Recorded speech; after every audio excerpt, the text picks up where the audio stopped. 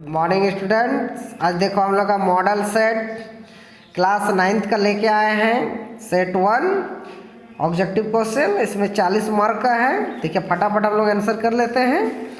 पहला क्वेश्चन है, देखिए निम्नलिखित राशियों का एसआई मात्रक समान किसका समान है। इसमें आंसर होगा चाल और वेग, क्योंकि दोनों का मात्रक जो होता है मीटर प्रति सेकेंड है।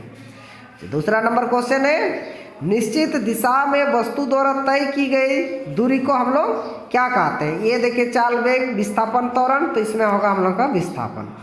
वेग का एसआई मात्रक क्या है, मीटर प्रति सेकेंड। 3 का आंसर डी हो जाएगा, क्योंकि पहला क्वेश्चन से भी मिलजुल रहा है। चौथा क्वेश्चन, एक स्वचालित वाहनों में एक यंत्र लगा होता है जो उनके द्वारा तय की गई दूरी को प्रदर्शित करता है। इस यंत्र को क्या कहते हैं, ओडोमीटर। ओडोमीटर गाड़ी का चाल एवं दूरी को मापता है, इसीलिए हम लोग का आंसर हो गया।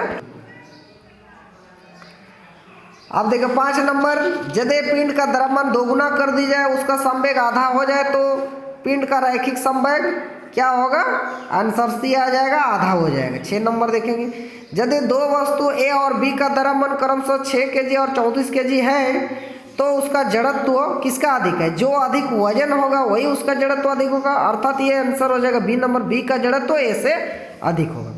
7 नंबर देखेंगे, न्यूटन के गति का नियम का जड़त्व का नियम भी कहते हैं। किसको कहते हैं, न्यूटन का प्रथम नियम को कहते हैं।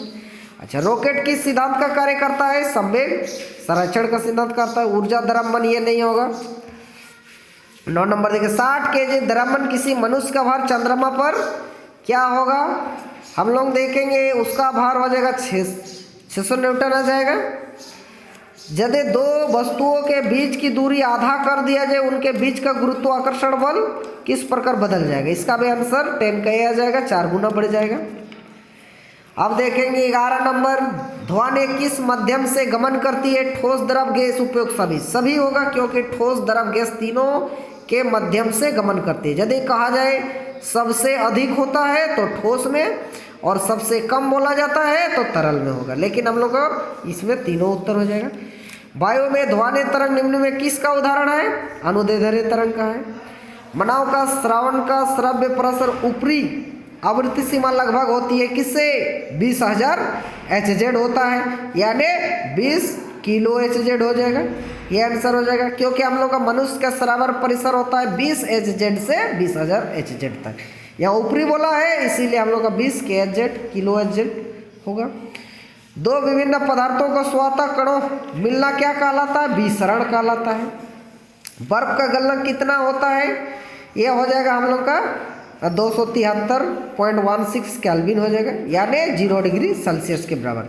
अच्छा, निम्नलिखित में सबसे अधिक संपीड़न किस में होता है, गैस में होता है सबसे ज़्यादा, तो गैस है ये हाइड्रोजन, इसीलिए हाइड्रोजन हो जाएगा 16 का सी आंसर।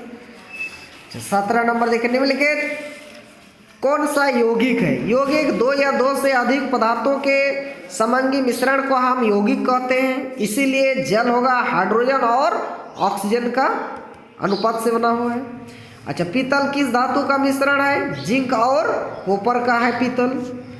निम्नलिखित में रासायनिक परिवर्तन का उदाहरण, रासायनिक परिवर्तन हम लोग उसको कहते हैं जो अपना मूल अवस्था को खो देता है, यानी भोजन का पचना, वो अपना मूल अवस्था में दोबारा नहीं आएगा, इसीलिए आंसर बी हो गया। सोडियम ऑक्साइड का सूत्र Na2O हो जाएगा। 36 ग्राम जल में कितने मोल मौजूद होते हैं, 2 ग्राम। C2H2 मोलर द्रव्यमान ये 26 होगा, 12 नहीं, 26 ग्राम, इसको बना के देखते हैं। इलेक्ट्रॉन की खोज किसने की, J.J. थॉमसन, 23 का बी आंसर। एक तत्व का इलेक्ट्रॉन यदि 11 है, 12 न्यूट्रॉन, तो परमाणु संख्या क्या होगा।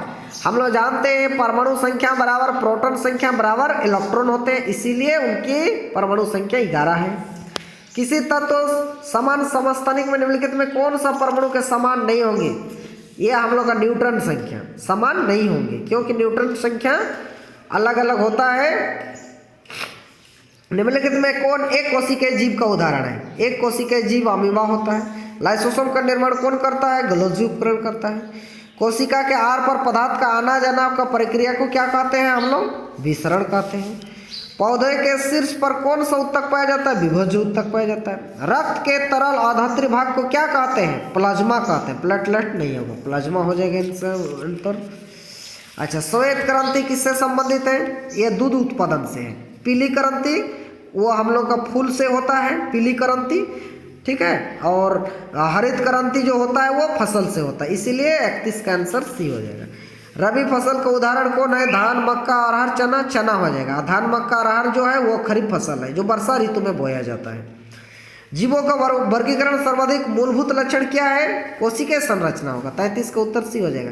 हम लोग निवास से भी करते हैं, पोषण से भी करते हैं, जनन से भी करते हैं, लेकिन मूलभूत जो लक्षण है वो कोशिका संरचना होगा।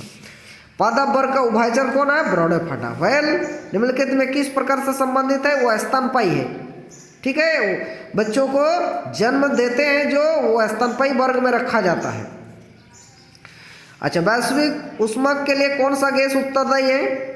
ये carbon monoxide, carbon dioxide, nitrogen gas, oxygen gas. तो इनमें से हम लोग का कार्बन डाइऑक्साइड होगा, लेकिन सबसे ज़्यादा होता है CFC, क्लोरोफ्लोरोकार्बन, लेकिन उसमें ऑप्शन नहीं है, इसीलिए हम लोग का आंसर ए हो जाएगा।